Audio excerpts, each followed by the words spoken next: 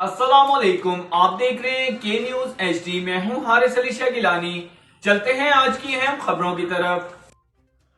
रुक करेंगे कराची का, जहां से रिपोर्ट कर रहे हैं हमारे नुमाइंदे यासिर मलिक। जुल्म की इंतहा हो गई। बिन कासिम जिला मलीर में तैनात ट्रैफिक पुलिस एहलकार वर्दी के नशे में मदहोश। मोहम्मद अकरम नामी ट्रैफिक पुलिस एहलकार की गुलशन हदीद कराची में खुली दहशतगर्दी।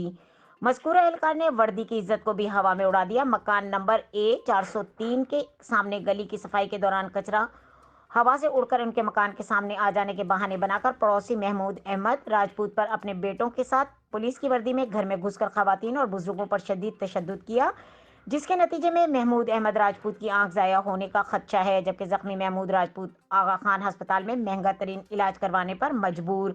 मज़कूरा ट्रैफिक एहलकार ने अपने 5 से 6 लोगों के हमरा जुल्म की दास्तान रकम कर दी, खवातीन का एहतराम भी नहीं किया और अब गिरफ्तारी से बचने के लिए फौरी जमानत भी करवा ली और महल्ले में दंदनाते फिर रहे हैं। खौफ और हिरास फैला रखा है। कानून नाफिज करने वाले इदारे अदलिया, वजीर आला सिंध, IG सिंध, पुलिस और IG ट्रैफिक पुलिस से मुतालबा करते हैं कि इस पुलिस एहलकार को मुअत्तर करके दीगर शरीक अफराद को सख्त से सख्त सजा दी जाए।